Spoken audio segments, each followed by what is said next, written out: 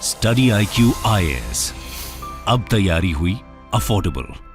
नमस्कार दोस्तों फाइनली हमारी वित्त मंत्री निर्मला सीतारमण जी के द्वारा जो बजट है 2023-24 का ये पेश कर दिया गया और मैं तो बहुत एक्साइटेड होता हूं क्योंकि मैं खुद एक इकोनॉमिक्स का स्टूडेंट होने के नाते जब भी बजट आता है इसको लेकर पूरी प्रिपरेशन करता हूं, पूरा बजट स्पीच सुनता हूं, तो हर एक चीज इस वीडियो के अंदर आपको मिलने वाली है। कोई भी ऐसा चीज नहीं होगा जो आपका छूट जाए। मतलब कि निर्मला सीतारमण जी ने क्या क्या बोला वो आपके एग्जाम पॉइंट ऑफ व्यू से सभी के लिए क्या इंपॉर्टेंट है, और जो बजट स्पीच होता है उसके साथ साथ कई सारे और डॉक्यूमेंट्स आते हैं यहाँ पर, रेवेन्यू डेफिसिट, ये सारी चीजें, वो सब कुछ मैं आपको बताने वाला हूं इस वीडियो के अंदर। काफी कुछ जानने को है, चलिए आगे बढ़ते हैं। लेकिन उससे पहले मैं आपको एक और इंपॉर्टेंट खबर बता दूं कि अभी जब मैं वीडियो रिकॉर्ड कर रहा था उसके कुछ देर पहले ही जो यूपीएससी का नोटिफिकेशन है वो आया है। 1100 से ज्यादा सीट्स हैं दोस्तों, आपके पास बहुत अच्छा मौका है। अगर आप इस साल प्रिपरेशन कर रहे हैं यूपीएससी की, 28 मई को जो एग्जाम होने वाला है, तो इसको क्रैक करने के लिए, प्रीलिम्स क्रैक करने के लिए स्पेसिफिक बैच स्टार्ट हो रहा है 7 फरवरी से। इसके अंदर अपॉर्चुनिटी आप अपने आप को एनरोल करा सकते हैं क्योंकि 200+ आवर से ज्यादा की लाइव क्लासेस इसके अंदर कराई जाएगी। स्टैटिक और करंट अफेयर्स का पूरा प्रिपरेशन कराया जाएगा ताकि आपका प्रीलिम्स क्रैक हो। बुक्स आपके घरों तक भेजे जाएंगे और साथ ही साथ आप ऑल इंडिया ओपन टेस्ट दे सकते हैं। ये सारी चीजें आपको बहुत कम रेट पर मिलेगी। हमारे वेबसाइट ऐप पर जाइए या फिर कमेंट सेक्शन में इसका लिंक है, वहां से भी ले सकते हैं। Use the code Ankit live to get the maximum discount. या फिर अगर आप 2024 के लिए प्रिपेयर कर रहे हैं तो इसका भी जो यूपीएससी का पूरा बैच है प्रीलिम्स और मेंस की पूरी तैयारी के लिए, वो भी यहां पर स्टार्ट हो गया है। यहां पर भी एडमिशन लीजिए। एनसीईआरटी चाहिए तो ये ले सकते हैं, बहुत सारे ऑप्शन हैं। जो भी चाहिए use the code Ankit live to get the maximum discount. इसके अलावा मैं आपको यह भी बता दूं कि मैं अपने इंस्टा पेज पर जो स्टोरीज है वहां पर कई सारे एमसीक्यूज डालता रहता हूं, तो वो भी आप देख सकते हैं, उसको प्ले कर सकते हैं। तो चलिए शुरुआत करते हैं। लेकिन उससे पहले जो बजट है उसके बारे में थोड़ा सा कॉन्स्टिट्यूशनल प्रोविजंस ध्यान रखिएगा। जैसे कि आर्टिकल 266 ये हमारे संविधान में कहता है कि बिना पार्लियामेंट के अप्रूवल के बिना कंसोलिडेटेड फंड ऑफ इंडिया से कोई भी पैसा विड्रॉ नहीं किया जा सकता, और इसीलिए पार्लियामेंट के अंदर ये जो बजट है वो पेश किया जाता है। लेकिन एक और चीज याद रखना है कि हमारे संविधान में बजट शब्द का प्रयोग नहीं किया गया है। जो शब्द आता है वो आता है आपका एनुअल फाइनेंशियल स्टेटमेंट, और आर्टिकल 112 से आर्टिकल 117 के बीच में जो फाइनेंशियल मैटर्स हैं वो आपको हमारे संविधान के अंदर देखने को मिलेंगे। इसके साथ साथ ये भी याद रखना है आपको कि बजट किसकी रिस्पॉन्सिबिलिटी होती है, कौन प्रिपेयर करता है। फाइनेंस मिनिस्ट्री तो करती है, लेकिन उसके अंदर भी क्या है कि अलग अलग डिपार्टमेंट है। तो यहां पर है department of economic affairs finance ministry के अंदर, और इस डिपार्टमेंट के अंदर एक डिवीजन है जिसका नाम है बजट डिवीजन, जिसकी मेन रिस्पॉन्सिबिलिटी है इस पूरे बजट को प्रिपेयर करने की। और बजट में मैं आपको बता दूं कि यहां पर आज का जो बजट था उसमें निर्मला सीतारमण जी ने आई थिंक शायद 1 आवर 30 मिनट से ज्यादा थोड़ा बहुत लिया होगा। लेकिन निर्मला सीतारमण जी इनफैक्ट आजादी के बाद से अभी तक अगर आप देखोगे टाइम के हिसाब से सबसे ज्यादा देर तक किसने बोला है, तो वो है हमारी फाइनेंस मिनिस्टर निर्मला सीतारमण जी ने। 2020 में सबसे लंबा यहां पर उनका स्पीच था। अगर हम शब्दों की बात करें तो मनमोहन सिंह जी का 1991 का जो स्पीच था वो सबसे लंबा था इन वर्ड्स। इसके अलावा अगर आप पहले की जानकारी चाहते हो 1947 से लेकर अभी तक का यहां पर जो इंपॉर्टेंट फिगर्स हैं उसका आप सारा विश्लेषण इस ग्राफ के अंदर, इस चार्ट के अंदर देख पाओगे। जैसे कि हमारी सेविंग्स कितनी होती थी पहले, 9.5% से बढ़ते बढ़ते आज लगभग 30% के आसपास आ गई है। टैक्स टू जीडीपी रेशियो जो हम कहते हैं वो भी आप यहां पर देख सकते हो। Direct tax divided by total tax revenues, physical deficit, population, ये बहुत सारी चीजें दोस्तों इस पूरे चार्ट में आपको मिल जाएंगी। आप चाहो तो वो देख लेना। तो चलिए इस पूरे बजट के अंदर आते हैं हम, और ध्यान रखिएगा इस वीडियो के अंदर मैंने इसको बेसिकली 2 पार्ट में डिवाइड करने की कोशिश की है। मतलब वीडियो तो एक ही है, लेकिन इस वीडियो के अंदर बेसिकली सबसे पहले पार्ट में जो कि हम यहां से स्टार्ट करेंगे, इसके अंदर जो जो अलग अलग प्रकार के स्कीम्स हो गया, अलग अलग प्रकार की जो चीजें बोली गई थी फाइनेंस मिनिस्टर के द्वारा, वो मैं आपको बताऊंगा। और जो दूसरा पार्ट होगा उसमें हम रेवेन्यू वगैरह से रिलेटेड बात करेंगे। जो फिगर्स होता है ना, फिजिकल डेफिसिट कितना है, कैपिटल एक्सपेंडिचर कितना है, वो मैं सेकंड पार्ट में बात करूंगा। तो सबसे पहला जो पार्ट है दोस्तों, यहां पर सबसे पहले तो निर्मला सीतारमण जी का जो स्पीच था वो ऐसे स्टार्ट हुआ कि विजन फॉर अमृतकाल। अमृतकाल आपको पता है कि अब सरकार का जो लक्ष्य है ऐसा है कि 100 साल, मतलब कि जो भारत का 100 साल हो उसमें हम डेवलप्ड कंट्री बन जाएं। और इसके लिए यहां पर जो विजन है 3 तरीके से बताया गया है। सबसे पहले बोला गया है कि opportunities for citizens with focus on youth, जो युवा है उसके ऊपर क्या क्या हम और अपॉर्चुनिटीज दे सकते हैं, उसको लेकर फोकस किया जाएगा। ग्रोथ और जॉब क्रिएशन पर फोकस किया जाएगा। और तीसरा है strong and stable macro economic environment. Macro economic environment कहने का मतलब हमारे पास फॉरेक्स रिजर्व अच्छा होना चाहिए, हमारा फिजिकल डेफिसिट ज़्यादा नहीं होना चाहिए, हमारा जो इन्फ्लेशन है वो ज़्यादा नहीं होना चाहिए, तो वो मैक्रो इकोनॉमिक हम कहते हैं, तो उसका भी स्टेबिलिटी हो। तो ये 3 चीज़ पर विजन है बेसिकली बताया गया।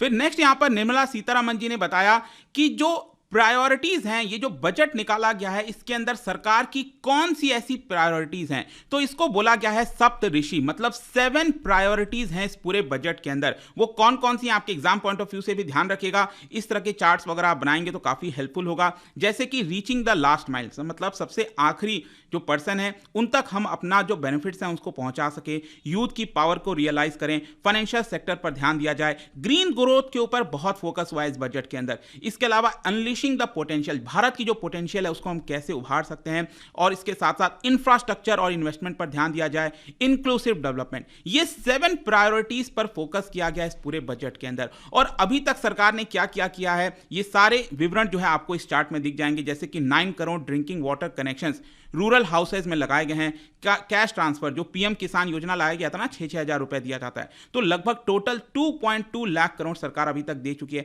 इस तरह के अलग अलग देखना चाहो, एलपीजी कनेक्शन हो गया, वो आप देख सकते हो। लेकिन अब बजट के अंदर जो सबसे इंपॉर्टेंट एक पहला पहलू होता है कि ग्रोथ को लेकर, तो देखो यहां पर निर्मला सीतारमण जी ने बताया कि जब ये बजट पेश किया जा रहा है तो पूरे दुनिया में अगर आप देखोगे तो संकट की स्थिति है, रिसेशन की बात हो रही है, लेकिन हमारा ये जो बजट होने वाला है वो आगे आने वाला जो अमृत काल है, जो 100 वर्ष पूरे होंगे, उसको एक प्रकार से स्टैब्लिश करेगा, उसका एक प्रकार से ब्लूप्रिंट ड्रॉ करने की कोशिश की जा रही है। और इसलिए इस साल का जो करंट ग्रोथ है, मतलब 2022-23 का जो करंट ग्रोथ है वो आपका 7% रहेगा, 7% बताया गया है। तो हम पिछला जो था बेसिकली जो हम बात करते थे कोविड के पहले का, उससे अब हम उभर चुके हैं, उससे हम आगे आ चुके हैं। तो ये चीज यहां पर बताया जा रहा है और हम राइट ट्रैक पर हैं, पाथ पर हैं, ताकि आगे चलकर हम और बेहतर कर सकें। और ध्यान रखिएगा इकोनॉमिक सर्वे में, जो कि मैंने कल ऑलरेडी बना दिया है इकोनॉमिक सर्वे, वो भी देख लेना, बहुत इंपॉर्टेंट है। तो इकोनॉमिक सर्वे में बोला गया है कि 2023-24 का जो ग्रोथ रेट है वो 6% से लेकर 6.8% के बीच में रहने वाला है। ये अगला जो फाइनेंशियल ईयर है जिसके लिए बजट आया है वो ध्यान रखिएगा। अब देखिए यहां पर अनएम्प्लॉयमेंट को लेकर भी बोला गया है कि अनएम्प्लॉयमेंट काफी नीचे हुआ है। जो इकोनॉमिक सर्वे है उसके अंदर भी बताया गया कि अनएम्प्लॉयमेंट, ये बेसिकली कोविड का समय दिखा रहा है, ये 20% जो आप देख रहे हो ना, ये आपका कोविड का समय था, लेकिन अब अनएम्प्लॉयमेंट में काफी कमी आई है, लोगों को रोजगार मिल रहा है। मतलब गवर्नमेंट जॉब ही नहीं, यहां पर ध्यान रखना है, प्राइवेट जॉब को लेकर सरकार बोल रही है। इसके साथ साथ जब हम इकोनॉमी की बात करते हैं तो निर्मला सीतारमण जी ने फोकस किया कि किस तरीके से पिछले 9 वर्षों में जो भारत की इकोनॉमी का साइज है वो 10th लार्जेस्ट से हम आगे चलकर 5th लार्जेस्ट अब बन चुके हैं। यहां पर जो पर कैपिटा इनकम है पिछले 9 वर्ष में डबल हुआ है, 1.97 लाख हो चुका है। और इसी की वजह से जो दुनिया है उसने भारत को एज अ ब्राइट स्टार के तौर पर देखना स्टार्ट कर दिया, भले ही पूरे दुनिया के अंदर ग्लोबल स्लोडाउन क्यों ना आया हो। नेक्स्ट यहां पर आपको पता है कि भारत G20 की प्रेसिडेंसी हेल्ड करने वाला है और इसी की वजह से यहां पर जो ग्लोबल चैलेंजेस हैं, रशिया यूक्रेन का वॉर है, इन सभी के बीच में भारत के पास एक अच्छी अपॉर्चुनिटी है कि हम कैसे G20 प्रेसिडेंसी को यूटिलाइज कर सकें और एक प्रकार से भारत का जो रोल है वर्ल्ड के इकोनॉमिक ऑर्डर में हम अपने आप को एस्टैब्लिश कर सकते हैं। इसके अलावा यहां पर निर्मला सीतारमण जी ने एक और चीज कहा कि जो सोसाइटी का हम निर्माण सोच रहे हैं वो टेक्नोलॉजी ड्रिवन होनी चाहिए, मतलब जो लोग हैं वो टेक्नोलॉजी को ज्यादा से ज्यादा यूज करें। इसके साथ साथ जो नॉलेज बेस्ड इकोनॉमी है उसके ऊपर हम फोकस करेंगे, जन भागीदारी पर फोकस होगा, सबका साथ सबका विकास, ये सारी चीजों को लेकर कहा गया। इसके अलावा अगर हम बात करें फूड ग्रेन को लेकर, आपको पता होगा कोविड के समय यहां पर सरकार ने बहुत सारा अनाज दिया था फ्री में, तो आप देख सकते हो 28 मंथ्स तक, मतलब 2 साल से भी ज्यादा तक सरकार कह रही है कि हमने 80 करोड़ लोगों को फ्री में अनाज दिया है और इसी को एक और साल हम कंटिन्यू करेंगे, मतलब 2023 में भी यहां पर 2 लाख करोड़ खर्च किए जाएंगे ताकि लोगों को फ्री फूड ग्रेन मिल सके। फिर नेक्स्ट, जैसा कि आपको मैं बता रहा था ग्रीन ग्रोथ के बारे में, मतलब कि यहां पर जो ग्रोथ होनी चाहिए वो एनवायरमेंटल फ्रेंडली होनी चाहिए। इसके लिए यहां पर निर्मला सीतारमण जी अपने स्पीच में कह रही थी कि हम ऐसे ऐसे प्रोग्राम्स को इंप्लीमेंट कर रहे हैं कि यहां पर ग्रीन एनर्जी को ज्यादा पुश मिलेगा, इसकी वजह से जो जॉब्स हैं वो भी यहां पर क्रिएट होंगे। जैसे कि इसके अंदर कई सारे स्कीम्स बताए गए हैं। सबसे पहला आप देख सकते हो यहां पर बोला गया है पीएम प्रणाम टू बी लॉन्च्ड। पीएम प्रणाम ध्यान रखिएगा, आपके एग्जाम में आ सकता है। बेसिकली यहां पर क्या है कि जो फर्टिलाइजर, जो केमिकल्स यूज किए जा रहे हैं हमारे एग्रीकल्चर के अंदर, उसको कम करना और यहां पर नेचुरल फार्मिंग की तरफ बढ़ना, और इसके लिए राज्यों को सरकार इंसेंटिवाइज करेगी, मतलब उनको इंसेंटिव्स दिया जाएगा ताकि वो फर्टिलाइजर का ऑल्टरनेटिव को यूज स्टार्ट करें। फिर नेक्स्ट यहां पर जो प्लान है वो है 500 new waste to wealth plant, मतलब कि जो गोबर वगैरह होता है, जो वेस्ट होते हैं, उसको हम कैसे यूटिलाइज कर सकते हैं, इसके लिए 500 नए प्लांट बनाए जाएंगे। सस्टेनेबल इकोसिस्टम डेवलपमेंट के लिए यहां पर मिष्टी ध्यान रखना। मिष्टी का मतलब है बेसिकली मैनग्रोव जो प्लांटेशन होता है हमारे कोस्टल एरियाज में, भारत का जो कोस्टल एरियाज है जैसे वेस्ट बंगाल में काफी बड़ी मात्रा में जो मैनग्रोव्स हैं, उनका कैसे यूटिलाइजेशन किया जा सकता है। अमृत धरोहर की भी बात कही गई है, मतलब कि जो वेटलैंड्स है हमारे देश के अंदर, उनका हम कैसे और अच्छे से यूटिलाइज कर सकते हैं। तो बेसिकली ग्रीन ग्रोथ को लेकर सरकार काफी फोकस कर रही थी इसके अंदर। इसके अलावा अगेन यहां पर क्लीन प्लांट प्रोग्राम के बारे में बात किया गया है। इसके अंदर बेसिकली क्या है कि सरकार जो है disease free quality planting material देगी। कहने का मतलब है कि जो हमारे वेजिटेबल्स हो गए, फ्रूट्स हो गए, तो वहां पर डिजीज फ्री होने चाहिए, बेटर क्वालिटी के होने चाहिए। तो इसी को बोला गया है क्लीन प्लांट प्रोग्राम, ध्यान रखिएगा। और इसके लिए सरकार ने लगभग 2200 करोड़ रुपए अलोकेट किए हैं। फिर हम आते हैं यहां पर मिलेट्स को लेकर। इसको एक बहुत ज्यादा पुश किया जा रहा है। इनफैक्ट आप देखोगे भारत के कहने पर ये जो वर्ष है 2023 का, ये पूरे विश्व भर में ईयर ऑफ मिलेट बताया जा रहा है। और इसी को लेकर G20 के दौरान भी भारत मिलेट को लेकर काफी फोकस करने वाला है, क्योंकि मिलेट का अगर इस्तेमाल ज्यादा बढ़ेगा तो दुनिया भर में जो भूखमरी है उसको हम काफी हद तक कम कर सकेंगे, ऐसा भारत का मानना है। और इसीलिए आप देख सकते हो यहां पर मिलेट को बोला गया है श्री अन्न। तो ध्यान रखना है आपको, श्री अन्न किसको बोला गया है, मिलेट को बोला गया है फाइनेंस मिनिस्टर ने अपने स्पीच के अंदर। और इसीलिए आप देखो भारत जो है ऑलरेडी इस समय लार्जेस्ट प्रोड्यूसर है मिलेट का, और इसके साथ साथ हम सेकेंड लार्जेस्ट एक्सपोर्टर भी हैं। और हमारा लगातार फोकस है कि डोमेस्टिक प्रोडक्शन बढ़ाया जाए, कंजम्पशन बढ़ाया जाए, एक्सपोर्ट पोटेंशियल भी बहुत ज्यादा है, जिसकी वजह से भारत एक सॉफ्ट पावर के तौर पर इसका इस्तेमाल कर सकता है। इसको और बढ़ाने के लिए सरकार ने निर्णय लिया है कि Indian institute of millet research ये आपका लाया जाएगा, ताकि जो सेंटर ऑफ एक्सीलेंस है उसको सपोर्ट किया जा सके।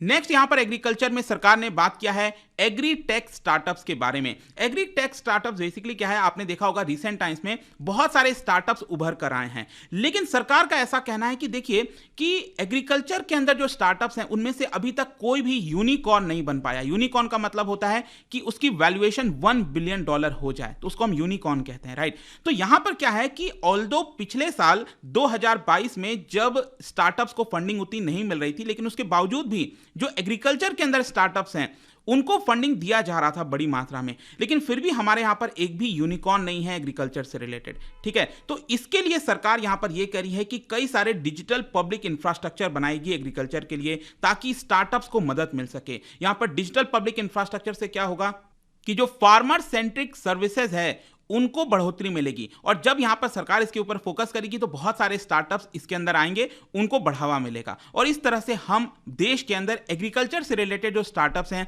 उनको आगे आने वाले समय में देख सकते हैं। नेक्स्ट यहां पर एग्रीकल्चर के बारे में जो सबसे बड़ा अनाउंसमेंट हुआ है, जिसको लेकर कई सारे एक्सपर्ट जो हैं काफी खुश हैं, वो है आपका एग्री क्रेडिट टारगेट। मतलब कि एग्रीकल्चर के अंदर कितना सरकार 2023-24 में टारगेट कर रही है कि कितना क्रेडिट दिया जाएगा, उधार दिया जाएगा, क्योंकि जितना ज्यादा आप उधार दोगे उतना ज्यादा खर्चा होगा और उतना ज्यादा आपको प्रोडक्शन देखने को मिलेगा। तो आप देखिए 20 लाख करोड़ सरकार का टारगेट है, अगले साल एग्रीकल्चर में 20 लाख करोड़ उधार पर देगी सरकार, लोन देगी, एनिमल हस्बेंड्री में, डेयरी में, फिशरीज में, हर एक सेक्टर के अंदर। और इसके साथ साथ यहां पर जो गवर्नमेंट है वो कंप्यूटराइजेशन को भी बढ़ावा देगी प्राइमरी एग्रीकल्चर क्रेडिट सोसाइटीज में, जहां पर 63,000 करोड़ जो है प्राइमरी एग्रीकल्चर क्रेडिट सोसाइटीज हैं हमारे देश के अंदर, तो उनके लिए लगभग 2,500 करोड़ का इन्वेस्टमेंट करने वाली है, ताकि वहां पर कंप्यूटराइजेशन और डिजिटाइजेशन वो किया जा सके। ये सोसाइटीज क्या करती हैं, छोटे मोटे बहुत सारे क्रेडिट देती हैं फार्मर्स को, उनसे बहुत मदद होती है। तो इसी की वजह से यहां पर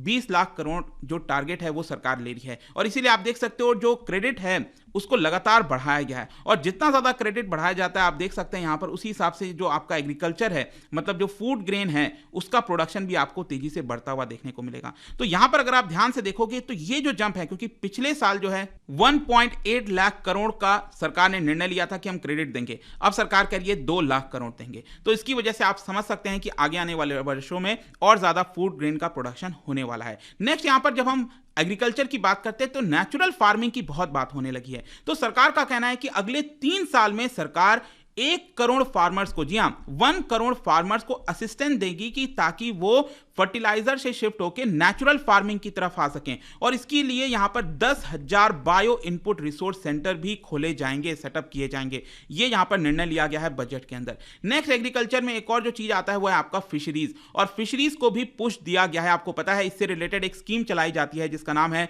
पीएम मत्स्य संपदा योजना।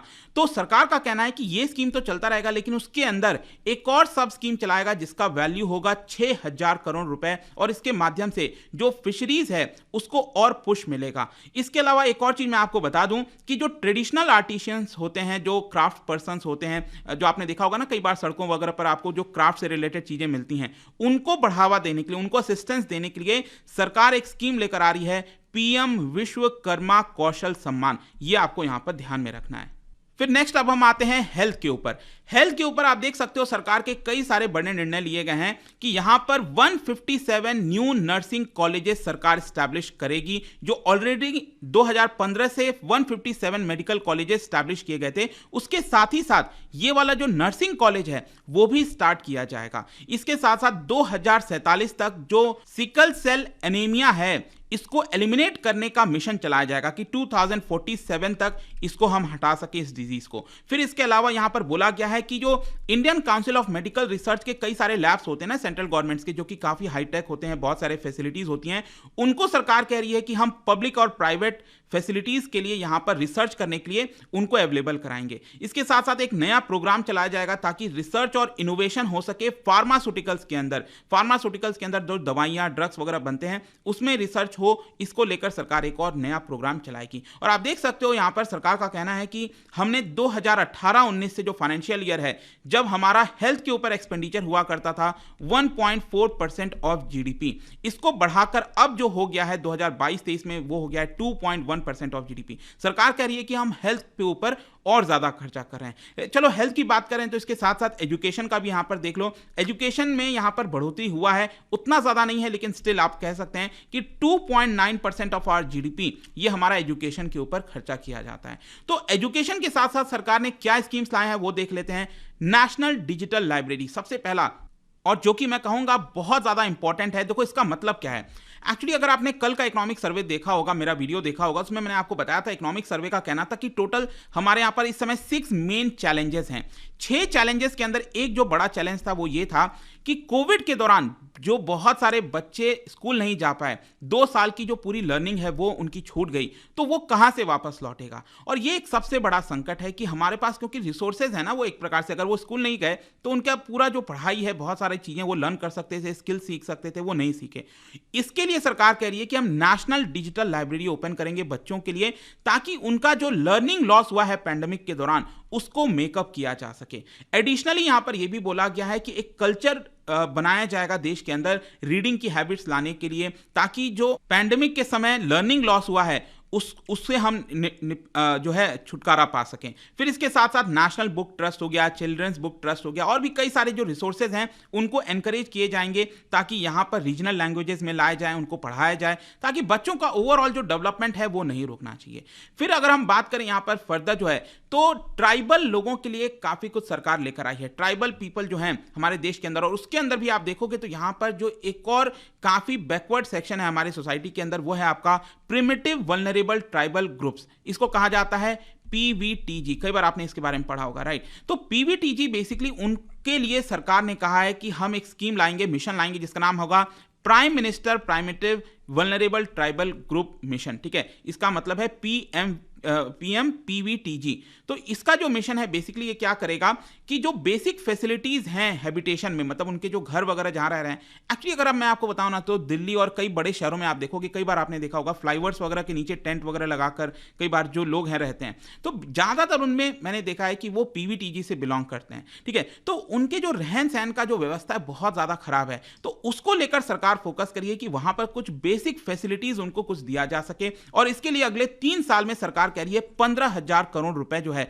वो खर्चा किया जाएगा। फिर ट्राइबल्स को ही एजुकेशन देने के लिए यहां पर आपको पता है कि एकलव्य मॉडल स्कूल्स ये स्टार्ट किया गया था। इसमें सरकार कह रही है कि 740 जो स्कूल्स हैं उसके अंदर यहां पर 38,800 टीचर्स जो हैं उनको रिक्रूट किया जाएगा। टीचर्स और सपोर्ट जो स्टाफ होता है उनको रिक्रूट किया जाएगा ताकि 3.5 लाख ट्राइबल स्टूडेंट्स को और मदद मिल सके। टीचर्स की रिक्वायरमेंट है, उनको वहां पर जाना चाहिए, इसके लिए सरकार रिक्रूटमेंट करेगी। जहां तक रेलवे की बात है, देखो पहले रेलवे का बजट अलग आता था, एक दिन पहले आता था बजट आने के पहले, लेकिन रेलवे का बजट मर्ज हो गया है 2016-17 से आई थिंक। तो उसके बाद से आप देख सकते हो यहां पर जो रेलवे है उसके लिए जस्ट अनाउंसमेंट कर दिया गया कि सरकार जो है 2.4 लाख करोड़ कैपिटल आउटले कर रही है, खर्चा करेगी, और जो कि 2013 के मुकाबले आप कह सकते हैं 9 टाइम्स ज्यादा है, ऐसा सरकार के द्वारा बताया गया। बाकी तो आपको पता ही है कि वंदे भारत और कई सारे स्कीम साल भर में कुछ ना कुछ आती ही रहता है, तो सरकार ने इसको लेकर ऐसा कोई बड़ा अनाउंसमेंट नहीं किया है। जहां तक ईज ऑफ डूइंग बिजनेस की बात है, इसको लेकर सरकार का कहना था, निर्मला सीतारमण जी का, कि हमने 39,000 कंप्लायंसेस को कम कर दिया है। 3,400 ऐसे लीगल प्रोविजंस थे जिसमें आप जेल जा सकते थे, उसको हमने डीक्रिमिनलाइज कर दिया है। मतलब कि यहां पर ईज ऑफ डूइंग बिजनेस बढ़ाने के लिए सरकार कदम ले रही है। इसके साथ साथ क्या है कि कई सारे बिजनेसेस को पैन की जरूरत पड़ती है, जो पैन नंबर होता है ना, तो यहां पर सरकार कह रही है कि अब आपको सिर्फ पैन की ही जरूरत पड़ेगी। मतलब कि यहां पर कोई भी काम कराना है गवर्नमेंट एजेंसी से, कुछ भी है, आपको बस पैन नंबर बताना है और आपका सारा डिटेल जो है उसी के हिसाब से पब्लिश कर दिया जाएगा। फिर नेक्स्ट यहां पर एक और इंपॉर्टेंट चीज है जो कि एग्जाम पॉइंट ऑफ व्यू से बहुत इंपॉर्टेंट हो सकता है, वो है लैब ग्रोन डायमंड्स। देखो डायमंड्स तो हम सब जानते हैं, हीरा जो होता है, लेकिन क्या आपको पता है कि लैब के अंदर भी आर्टिफिशियल तरीके से हीरा को बनाया जाता है, डायमंड्स को बनाया जाता है, इसको कहा जाता है लैब ग्रोन डायमंड्स। मतलब कि उसकी जो प्रॉपर्टीज हैं वो काफी सिमिलर देखने को मिलेगा नेचुरल डायमंड्स के मुकाबले, लेकिन इसमें सबसे बेनिफिट क्या होता है कि ये कॉस्ट इफेक्टिव होता है, उतना आपको पे नहीं करना पड़ता। तो सरकार कह रही है कि इसके प्रोडक्शन के लिए और सेल्स के लिए यहां पर लैब को बनाने के लिए एनकरेज किया जाएगा, ताकि और ज्यादा जो डायमंड्स हैं, लैब ग्रोन डायमंड्स हैं, उसको बढ़ाया जाए। सरकार रिसर्च एंड डेवलपमेंट पर ग्रांट और प्रोवाइड करेगी। कस्टम ड्यूटी जो लगता है उनका जो इनपुट कॉस्ट आता है ना, रॉ मटेरियल्स वगैरह होते हैं, उनके ऊपर कस्टम ड्यूटी को कम करेगी। लैब ग्रोन डायमंड्स बेसिकली सरकार कह रही है कि बहुत ज्यादा पोटेंशियल रखता है डोमेस्टिक मार्केट में भी और एक्सपोर्ट मार्केट में भी, तो इसके ऊपर फोकस करने जा रही है इस साल से सरकार, ध्यान रखना है। फिर ग्रीन हाइड्रोजन मिशन, जैसा कि आपको पता होगा सरकार ने ऑलरेडी 19,700 करोड़ रुपए यहां पर आउटले दिया था ऑलरेडी ग्रीन हाइड्रोजन मिशन को, क्योंकि यहां पर चाइना हो गया, जर्मनी हो गया, हाइड्रोजन ट्रेन्स चला रहे हैं, तो हाइड्रोजन का जो डिमांड है आगे आने वाले समय में बढ़ सकता है, और सरकार का टारगेट है कि 2030 तक 5 मिलियन मेट्रिक टन का जो प्रोडक्शन है हाइड्रोजन गैस का वो यहां पर किया जा सके। और इसके लिए बजट के अंदर सरकार कह रही है कि हम 35,000 करोड़ और कैपिटल इन्वेस्टमेंट करने जा रहे हैं, ताकि एनर्जी ट्रांजिशन की तरफ बढ़ सकें, जो फॉसिल फ्यूल का कंजम्पशन होता है उससे हम आगे आ सकें, और नेट जीरो जो हम क्लाइमेट चेंज की बात करते हैं ना, उसका हमारा जो ऑब्जेक्टिव है वो यहां पर पूरा हो सके। फिर जहां तक ट्रांसपोर्टेशन की बात है, इंफ्रास्ट्रक्चर की बात है, तो देखो इसके अंदर यहां पर 2 बड़े अनाउंसमेंट किए गए हैं।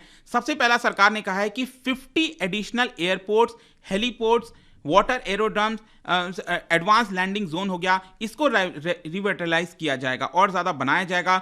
100 क्रिटिकल ट्रांसपोर्ट इंफ्रास्ट्रक्चर, जो कि स्टील के लिए, पोर्ट्स के लिए, फर्टिलाइजर, कोल, फूड ग्रेन, इस तरह की जो अलग अलग सेक्टर्स हैं ना, वहां पर जो कैपेसिटी होती है, जो क्रिटिकल ट्रांसपोर्ट इंफ्रास्ट्रक्चर है, उनको आइडेंटिफाई करके 100 ऐसे जो इंफ्रास्ट्रक्चर प्रोजेक्ट्स हैं उनको आइडेंटिफाई करेगी और उनको सपोर्ट किया जाएगा। बेसिकली उनकी कैपेसिटी बढ़ाई जाएगी। पोर्ट्स हो गया, अलग अलग हो गया, तो सरकार उसमें 75,000 करोड़ रुपए खर्च करने वाली है, जिसमें से 15,000 करोड़ रुपए प्राइवेट सोर्सेस के माध्यम से आएंगे। नेक्स्ट अगर हम बात करें प्रधानमंत्री कौशल विकास योजना के बारे में, आपने सुना होगा, जहां पर लोगों को स्किल किया जाता है, तो यहां पर सरकार ने अनाउंस किया है प्रधानमंत्री कौशल विकास योजना 4। ध्यान रखना, अब ये 4 क्या है, इसके अंदर निर्मला सीतारमण जी ने कहा है कि यहां पर जो यूथ है उसको इंटरनेशनल अपॉर्चुनिटीज के लिए, जी हाँ, अगर वो यूएस जाकर, लंदन जाकर, कहीं पर भी अगर वो काम करना चाहते हैं तो इंटरनेशनल अपॉर्चुनिटीज बढ़े, उसके लिए उसको स्किल प्रोवाइड किए जाएंगे। और इसीलिए 30 स्किल इंडिया इंटरनेशनल सेंटर्स को सेटअप किया जाएगा अलग अलग राज्यों में, ताकि उसको इंटरनेशनल अपॉर्चुनिटीज मिल सके।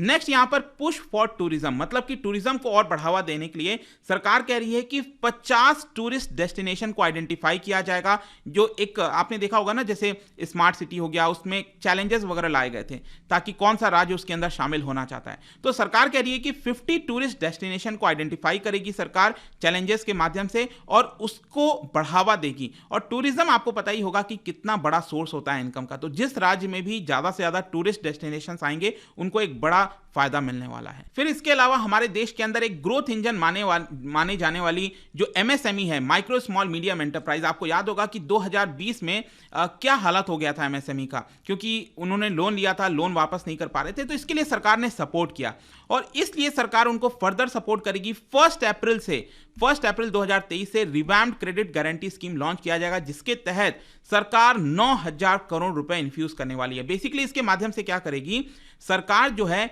क्रेडिट गारंटी देगी, मतलब कोलैटरल फ्री क्रेडिट गारंटी देगी 2 लाख करोड़ रुपए तक। मतलब कि यहां पर कोई भी एमएसएमई है, मान लो अगर उसको लोन लेना है बैंक से, अब बैंक ऐसे तो लोन नहीं देगा, उसको पहले कोलैटरल चाहिए, कोई जमीन जायदाद कुछ चाहिए उसको। तो यहां पर क्या है, इस स्कीम के तहत एमएसएमई को ये इसकी जरूरत नहीं पड़ेगी कोलैटरल की, वो सिंपली जाकर इस स्कीम के तहत यहां पर लोन ले सकता है, और साथ ही साथ उसको थोड़ा सा जो इंटरेस्ट रेट है हो सकता है 1% और कम मिल जाए।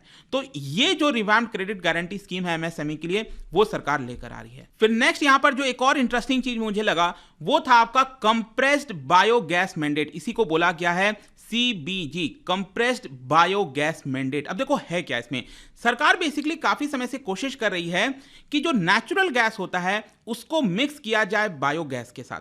जैसे कहने का मतलब अभी क्या है, पेट्रोल के अंदर आपने देखा होगा सरकार आजकल प्लानिंग क्या कर रही है, एथेनॉल को मिक्स करवा रही है उसके अंदर।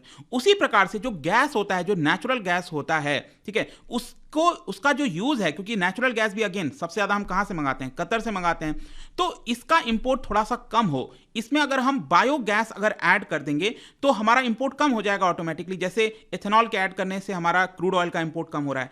तो इसके लिए सरकार ने मैंडेटरी करने जा रही है, मतलब हो सकता है आगे आने वाले समय में इंट्रोड्यूस कर दे कि जो भी नेचुरल गैस होगा उसमें 5% जो कंप्रेस्ड बायोगैस है उसमें मैंडेटरी कर दिया जाएगा, उसको मिक्स करना होगा। तो इससे अगेन काफी सारे फायदे होने वाले हैं। अब देखना होगा कि सरकार ये कैसे लेकर आएगी, क्या इसका परिणाम होगा। तो लेकिन ये एक बड़ा प्लान आगे चलकर सरकार सोच रही है। नेक्स्ट यहां पर बोला जा रहा है national financial information registry. Basically क्या है कि हर एक सिटीजन्स का यहां पर जो भी आप ट्रांजैक्शन करते हो, जो भी आप लोन लेते हो, उनसे रिलेटेड जो फाइनेंशियल इंफॉर्मेशन है उसका रजिस्ट्री जो है, नेशनल रजिस्ट्री, वो यहां पर सेटअप किया जाएगा, ताकि यहां पर अगर आप आगे चलकर कोई लोन लेना चाहो, कुछ भी हो, तो उसको करने में आसानी हो। डेटा एक प्रकार से बनाना चाह रही है सरकार। नेक्स्ट यहां पर 100 लैब्स डेवलप किए जाएंगे ताकि एप्स को डेवलप किया जाए। देखो अगेन बहुत इंटरेस्टिंग है, यहां पर सरकार ये कह रही है कि हम आत्मनिर्भर भारत बनना चाहते हैं। आपको पता ही है बहुत सारे ऐसे ऐप्स वगैरह हैं जो लोग कोशिश तो कर रहे हैं बनाने की, लेकिन यहां पर 100 ऐसे लैब्स को डेवलप किया जाएगा जहां पर 5G सर्विसेज अवेलेबल होंगी। अब इनके माध्यम से क्या होगा कि जो ऐप्स वगैरह बनाए जाते हैं वो आसानी से बनाए जा सकें, जैसे कि स्मार्ट क्लासरूम्स, अलग अलग फार्मिंग के लिए ऐप्स हो गया, ट्रांसपोर्टेशन के लिए, इस तरह के स्टैब्लिश करने की यहां पर सरकार कोशिश कर रही है। फिर इसके साथ साथ आपने सुना होगा सरकार ने काफी समय से 1 डिस्ट्रिक्ट 1 प्रोडक्ट को लॉन्च किया था। देश के अंदर हर एक डिस्ट्रिक्ट से हर एक प्रोडक्ट बनना चाहिए और उसको एक्सपोर्ट कर सकें, उसको बढ़ावा मिल सके, वो डिस्ट्रिक्ट डेवलप हो। तो अब क्या है ना कि 1 डिस्ट्रिक्ट 1 प्रोडक्ट को बढ़ावा फर्दर देने के लिए सरकार यूनिटी मॉल को सेटअप करेगी। मतलब एक मॉल होगा जहां पर उन डिस्ट्रिक्ट के जो प्रोडक्ट्स हैं उसको बेचे जाएंगे। आ रहा है समझ में? तो मॉल को बनाया जाएगा और राज्यों को एनकरेज किया जाएगा कि इस तरह के मॉल सेटअप्स किए जाएं। ठीक है, हैंडीक्राफ्ट, जीआई टैग वाले जो प्रोडक्ट्स होते हैं उनको यहां पर बेचा जाएगा, उसको बढ़ावा देने के लिए। अब जहां तक फाइनेंशियल सेक्टर की बात है, फर्दर यहां पर सरकार ने कुछ ऐसे स्टेप्स लिए हैं, जैसे कि आप देख सकते हो, एक तो नेशनल फाइनेंशियल इंफॉर्मेशन रजिस्ट्री मैंने आपको बता दिया। फिर इसके साथ साथ सरकार एक सेंट्रल डेटा प्रोसेसिंग सेंटर को भी स्टैब्लिश करेगी। महिला सम्मान बचत पत्र, देखो इसमें क्या है, इसमें क्या है ना, बेसिकली आपने देखा होगा हमारे घरों में जो महिलाएं हैं, देश के अंदर महिलाएं हैं, वो थोड़ा थोड़ा पैसा अपना कलेक्ट करती रहती हैं, जमा करती रहती हैं, कहीं ना कहीं सेव होता रहता है, राइट। तो वो अपना पैसा डिपॉजिट कर सकती हैं लगभग 2 लाख तक अगले 2 साल पीरियड में। मतलब कि एक स्मॉल सेविंग स्कीम है वन टाइम का, जिसके माध्यम से अगर वो यहां पर पैसा जमा करेंगी तो उनको एक अच्छा इंटरेस्ट रेट मिलेगा, ठीक है। फिर सीनियर सिटीजन के लिए भी क्या था कि पहले वो सीनियर सिटीजन सेविंग स्कीम्स के अंदर 15 लाख तक ही जमा कर सकते थे, अब उसको डबल करके 30 लाख कर दिया गया है। इसके अलावा सिक्योरिटीज मार्केट वगैरह जो होता है, बॉन्ड मार्केट, स्टॉक मार्केट, उसमें और ज्यादा प्रोफेशनल्स को ट्रेंड किया जाएगा भारत के अंदर, क्योंकि इसकी डिमांड अब यहां पर बढ़ रही है। तो चलिए, ये जो पहला पार्ट था दोस्तों वो खत्म हो चुका है। यहाँ पर जो स्कीम्स थी, अलग अलग जो चीजें बोली गई थी निर्मला सीतारमण जी के द्वारा, जो इंपॉर्टेंट पॉइंट था, वो सारी चीजें हमने खत्म कर दिया है। अब हम आते हैं पार्ट 2 के ऊपर, जहां पर हम अलग अलग जो नंबर्स होता है ना, कैपिटल एक्सपेंडिचर, फिजिकल डेफिसिट, किस मिनिस्ट्री को कितना बजट मिला, क्या होगा आगे, वो सारी चीजें इसके अंदर डिस्कस करने वाले हैं। तो चलो, सबसे पहला और जो सबसे इंपॉर्टेंट है, लेट मी टेल यू, और मेरा तो हमेशा से फोकस रहता है, वो है आपका कैपिटल एक्सपेंडिचर। मतलब कि वो एक्सपेंडिचर सरकार जो कि एसेट के ऊपर खर्चा करेगी, सड़क बनाने में, फ्लाईओवर्स बनाने में, जो अलग अलग इंफ्रास्ट्रक्चर होते हैं ना, उसके ऊपर खर्चा करेगी। तो आप देख सकते हो यहां पर 33% का जंप किया है, जो कि एक बहुत ही अच्छी बात है। जी हां, 33% का जंप आया है कैपिटल एक्सपेंडिचर के अंदर। पिछले साल 2022-23 में सरकार ने खर्चा किया 7.5 लाख करोड़, लेकिन आगे आने वाले वित्तीय वर्ष में 2023-24 में सरकार खर्च करने वाली है 10 लाख करोड़। इनफैक्ट यहां पर भी आप देख सकते हो कि 2020-21 में 4.39 लाख करोड़ था, फिर 2021-22 में 5.4, फिर पिछले साल 7.5, और ये 10 लाख करोड़। मतलब कि काफी अच्छा आपको यहां पर एक बढ़िया जंप देखने को मिलेगा, ऐसा सरकार ने बताया, निर्मला सीतारमण जी ने अपने स्पीच में बताया। ध्यान रखिएगा, 2 तरीके के एक्सपेंडिचर होते हैं। एक होता है रेवेन्यू एक्सपेंडिचर। रेवेन्यू एक्सपेंडिचर मतलब जो कि सरकार सैलरीज, पेंशन, मतलब कि उससे कोई बहुत कुछ रिटर्न नहीं है, कोई एसेट का क्रिएशन नहीं हो रहा है, उसको हम रेवेन्यू एक्सपेंडिचर कहते हैं। लेकिन कैपिटल एक्सपेंडिचर से मतलब हम कह सकते हैं कि जॉब्स क्रिएट होंगी, इंफ्रास्ट्रक्चर बनेगा, जो कि एक फायदेमंद होता है। सरकार को इसके ऊपर और ज्यादा खर्चा करना चाहिए, ठीक है। तो ये 10 लाख करोड़ सरकार खर्चा करने वाली है, इसको ध्यान में रखना, वेरी इंपॉर्टेंट। फिर इसके साथ साथ यहां पर जैसे कि बैंकों को लेकर बोला गया है कि पहले जो एनपीए हुआ करता था वो अब एनपीए नहीं रहा, जिसकी वजह से एनपीए काफी कम हुआ है। नॉन परफॉर्मिंग एसेट जिसको कहा जाता है, बैंकों के पास जो लोन नहीं आता था, उसमें काफी हद तक यहां पर सुधार किया गया है। नेक्स्ट जो एक और बड़ा नंबर जो आपको पता होना चाहिए वो है फिजिकल डेफिसिट का नंबर। फिजिकल डेफिसिट क्या होता है? जो भी सरकार यहां पर रेवेन्यू आ रहा है सरकार के पास, मान लो सरकार के पास रेवेन्यू आ रहा है 2000 का, ठीक है, और सरकार खर्चा कर रही है यहां पर 2500 रुपए, तो 500 रुपए क्या है? ये फिजिकल डेफिसिट है। ये 500 रुपए कहां से आएगा? सरकार को बोरो करना होगा, कई माध्यम से लाना होगा। तो ये जो फिजिकल डेफिसिट है ना, वो ज्यादा नहीं होना चाहिए, एक लिमिट से ज्यादा नहीं होना चाहिए। अदरवाइज क्या है कि जो इन्वेस्टमेंट का माहौल होता है देश में, वो खराब हो जाता है। बहुत सारी चीजें हैं। इनफैक्ट मैं आपको एक और इंटरेस्टिंग चीज बताता हूं कि यहां पर क्या हुआ था कि पैंडेमिक के समय जो फिजिकल डेफिसिट है वो बहुत हाई चला गया था। पैंडेमिक के पहले आप देखोगे तो हमारा टारगेट था कि 3% ऑफ जीडीपी लाना है फिजिकल डेफिसिट को, हम उधर जा रहे थे। लेकिन पैंडेमिक आने की वजह से रेवेन्यू कम हो गया, बहुत सारी प्रॉब्लम्स आई, और इसकी वजह से आप देख सकते हो फिजिकल डेफिसिट 9.2% चला गया था। लेकिन अब फर्दर इसको कम किया जा रहा है, और आगे आने वाला वित्तीय वर्ष 2023-24 इसमें हमारा फिजिकल डेफिसिट रहने वाला है 5.9%, और जो अभी करंट का फाइनेंशियल ईयर चल रहा है ये आपका 6.4% के आसपास। तो दोनों नंबर याद रखना कि आगे आने वाले वर्ष में 5.9% फिजिकल डेफिसिट रहेगा, ऐसा सरकार का अनुमान है। इसके साथ साथ एक और चीज ध्यान रखिएगा कि ये तो सेंट्रल गवर्नमेंट का फिजिकल डेफिसिट है ना, यहां पर राज्यों का भी तो होता है। जैसे जीडीपी हम कहते हैं, ग्रॉस डोमेस्टिक प्रोडक्ट, ये तो देश का हो गया। वैसे स्टेट का भी होता है जिसको हम कहते हैं ग्रॉस स्टेट डोमेस्टिक प्रोडक्ट। तो राज्यों के लिए सरकार ने कहा है कि यहां पर आपका फिजिकल डेफिसिट 3.5% से ज्यादा नहीं होना चाहिए। और ओवरऑल अगर हम देखें देश का जो फिजिकल डेफिसिट है, वो सरकार की प्लानिंग है कि अगले 2 साल में 2025-26 तक इसको और नीचे लाकर हमें 4.5% लाना है। मतलब 5.9 से करते करते 4.5% लेकर आना है, ऐसा सरकार का टारगेट है, ठीक है। फिर इसके अलावा यहां पर आप देख सकते हो सरकार ने कई सारे कदम लिए हैं, जैसे कि कस्टम ड्यूटी वगैरह घटाई है ताकि यहां पर हम और ज्यादा एक्सपोर्ट कर सकें। जो इंपोर्ट ड्यूटी लगता है उसमें कई बार बढ़ाया है, कुछ कम किया है। सिगरेट के ऊपर आपको पता ही है हमेशा यहां पर टैक्सेस बढ़ाई दिए जाते हैं। यहां पर जो बेसिक इंपोर्ट ड्यूटी है रबर के ऊपर, वो इंक्रीज कर दिया है ताकि हम रबर बाहर से ना मंगाकर भारत के अंदर ही रबर का प्रोडक्शन करें। फिर जो गोल्ड वगैरह से चीजें बनती हैं उसके ऊपर भी जो कस्टम ड्यूटी लगता था उसको भी सरकार ने बढ़ा दिया ताकि गोल्ड ज्यादा भारत के अंदर ना आए। इस तरह की कई कुछ चीजें मिलेंगी आपको, ये थोड़ी बहुत, वो आप चाहो तो इसके अंदर देख सकते हो। लेकिन नेक्स्ट जो कि एक बहुत बड़ा अनाउंसमेंट, इनफैक्ट 2 साल के बाद इसको चेंज किया गया और बहुत से लोग एक्सपेक्ट कर रहे थे ये चीज शायद हो सकता है, क्योंकि अगले साल चुनाव है, आपको पता है 2024 में, और वो उसमें फुल बजट नहीं आएगा। फुल बजट तो यही है, आखिरी बजट है जो करंट की गवर्नमेंट है उसके लिए। तो पर्सनल इनकम टैक्स, ध्यान रखिएगा, पर्सनल इनकम टैक्स का मतलब क्या होता है, जो एक इंडिविजुअल को, अगर आप सैलरीड हैं, आपको कोई सैलरी आ रही है, जो इनकम आ रहा है आपका, जो भी एक इंडिविजुअल के पास इनकम आती है उसके ऊपर टैक्स लगाती है सरकार, उसको पर्सनल इनकम टैक्स कहा जाता है। जो कॉर्पोरेट्स को, कंपनीज को प्रॉफिट होता है वो तो अलग हो जाता है, वो कॉर्पोरेट टैक्स हो जाता है। लेकिन पर्सनल इनकम टैक्स आप सभी को पता होगा, अभी तक क्या होता था, 5 लाख तक कोई, आप अगर किसी का इनकम 5 लाख है तो उसको कोई भी यहां पर टैक्स नहीं देना पड़ता था। बेसिकली सरकार 2 साल पहले यहां पर जो टैक्सेस है ना, कि पहले का एक टैक्स रेट चल रहा था और सरकार ने एक नया टैक्स स्लैब ऐड किया था, जो भी जिसके अंदर रहना चाहता है वो जा सकता है, ठीक है। लेकिन जो नया टैक्स स्लैब आया था उसमें सरकार ने कहा कि अगर आपका इनकम 5 लाख तक है तो कोई भी टैक्स आपको देना नहीं पड़ेगा। लेकिन अब इस 5 लाख को फर्दर बढ़ाकर सरकार ने कर दिया है 7 लाख, मतलब कि अगर आपका इनकम 7 लाख तक है कोई भी टैक्स नहीं लगेगा, 0 टैक्स लगेगा, ठीक है। यहां तक समझ में आ गया, तो क्योंकि बहुत लोग कंफ्यूज हो जाते हैं इसके अंदर। अब ध्यान से समझना, जैसे ही मान लो अगर आपका इनकम 7 लाख को क्रॉस करता है, मान लो आपका इनकम 7,10,000 हो जाता है, मतलब आपका इनकम 7 लाख को क्रॉस कर गया, उस केस में आपका जो टैक्स है ना वो 3 लाख से ही लगना स्टार्ट हो जाएगा। मतलब कि अगर मान लो 7 लाख है तब तो कोई टैक्स नहीं है, लेकिन जैसे ही मान लो आपका 8 लाख इनकम हो जाता है तो उस केस में आपका जो 0 to 3, इस तरह से समझो, 0 to 3 लाख का कोई टैक्स नहीं है, ठीक है। अगर मान लो आपका इनकम 8 लाख है, उस केस में मैं बता रहा हूं, फिर 3 लाख से 5 लाख तक आपको कितना पे करना है, 5% पे करना है, जो नया टैक्स आया है, ठीक है। तो 3 से 5 मतलब 2 लाख के ऊपर 5%, 2 लाख का 5% कितना होता है, 10,000 रुपए, तो ये 10,000 आपको पे करना होगा। फिर इसके अलावा यहां पर 5 लाख से 9 लाख के बीच में 10% आपको पे करना है, तो उसका मतलब ये 4 लाख का आपको 10% हो गया।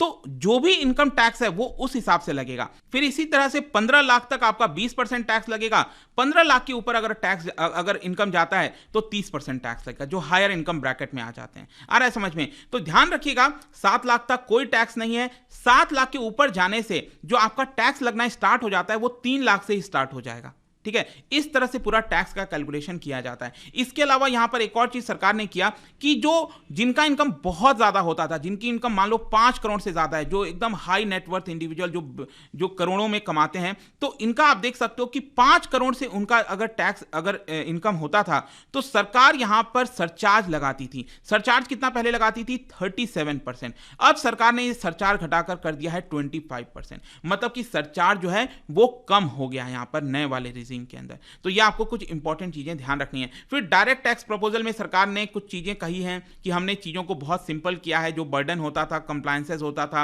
एंटरप्रेन्योरियल स्पिरिट हमने लाने की कोशिश की है, टैक्स रिलीफ सरकार सिटीजन्स को दिया है। जैसे कि सरकार ने कहा कि 24 घंटे के अंदर 45% रिटर्न्स जो है हमने यहां पर उसको प्रोसेस कर दिया था। 8 साल पहले अगर हम देखें तो जो रिटर्न भरने में जो प्रोसेसिंग लगता था, टाइम लगता था, वो 93 डेज लगता था, उसको घटाकर हमने सिर्फ 16 डेज कर दिया है। यहां पर जो 6.5 करोड़ रिटर्न्स हैं उसको हमने इसी साल प्रोसेस किया है। 6.5 करोड़ जो रिटर्न्स हैं, जो लोग टैक्स भरते हैं, जो रिटर्न फाइल करते हैं। रिटर्न फाइल करने का मतलब ये नहीं है कि टैक्स कोई भरता ही है हमेशा, यहाँ पर डिपेंड करता है आप कौन से स्लैब के अंदर आते हो। रिटर्न फाइल करना मतलब आप डिक्लेरेशन दे रहे हो सरकार को कि मेरी इतनी इनकम है, ठीक है। अब किसी की इनकम 7 लाख से कम हो सकती है, हो सकता है किसी की 7 लाख से ज्यादा हो जाए, ठीक है। फिर इसके अलावा कुछ सरकार ने आंकड़ा दिया। एक तो ये कहा कि फॉरेन एक्सचेंज रिजर्व थोड़ा सा कमी आया था इसके अंदर, पहले $642 बिलियन पहुंच गया था, ये घटकर अभी इस समय प्रेजेंट में आई थिंक $563 बिलियन के आसपास है, जो कि अगले 9 महीने तक हम चीजों को इजीली इंपोर्ट करा सकते हैं। जहां तक प्राइस की बात है तो अगेन इन्फ्लेशन बहुत तेजी से बढ़ रहा था, आप देख सकते हो सीपीआई इन्फ्लेशन, लेकिन अब उसमें थोड़ी सी कमी आई है। अब देखना होगा कि क्या ये कंट्रोल में रहता है कि नहीं, लेकिन 2022 में तो ये 6% के ऊपर ही था पूरे टाइम, ठीक है, जो कि अपर लिमिट से ऊपर में है।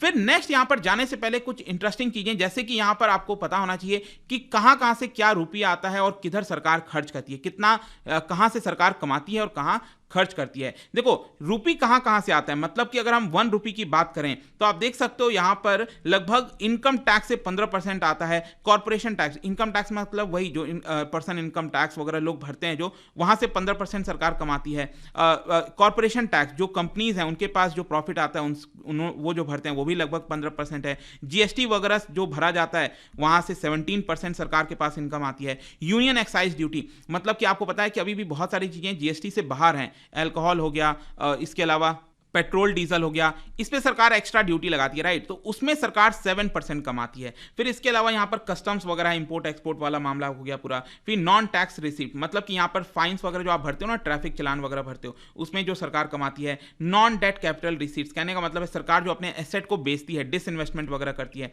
वहां से कुछ आता है। लेकिन सबसे ज्यादा सरकार के पास पैसा कहां से आता है, वो है बोरोइंग करके। ध्यान रखिएगा, बोरोइंग, यही होता है हमारा फिजिकल डेफिसिट, मतलब कि हमें बोरो करना होता है अल्टीमेटली। बोरोइंग जो सरकार, आपको पता है, ये बॉन्ड्स वगैरह जारी करती है, कहीं कहीं से बोरो करती है, पब्लिक से, इंटरनेशनल मार्केट से भी कई बार कर लेती है। तो ये जो है ना पूरा, ये 34% पैसा जो है वो आपका सरकार का बोरोइंग से आता है। तो सरकार के पास ये पैसा तो आ गया, अब सरकार खर्च कैसे करती है, इसमें अगर आप देखोगे सबसे ज्यादा खर्चा तो हमारा इंटरेस्ट पेमेंट में ही चले जाता है। मतलब कि ये जो बोरोइंग किया था सरकार ने पिछले इतने वर्षों से, उसके ऊपर इंटरेस्ट पे करना होता है हर साल, तो सबसे ज्यादा इंटरेस्ट पेमेंट में ही चला जाता है। उसके अलावा सेंट्रल सेक्टर स्कीम हो गया, सेंट्रली स्पॉन्सर्ड स्कीम्स, जो राज्यों को शेयर देना होता है सरकार को, वहां पर चला जाता है 18%। फाइनेंस कमीशन वगैरह जो बोली है ना 42% आप ट्रांसफर करिए राज्यों को, वो आपका चला जाता है। पेंशन वगैरह पर 4% चला जाता है। डिफेंस हो गया, सब्सिडीज हो गया, इस तरह से आपको सब देखने को मिलेगा। बेसिकली टॉप 3 और टॉप 4 याद रखना, मतलब सबसे ज्यादा यहां पर इंटरेस्ट पेमेंट, सेकंड नंबर पर आएगा आपका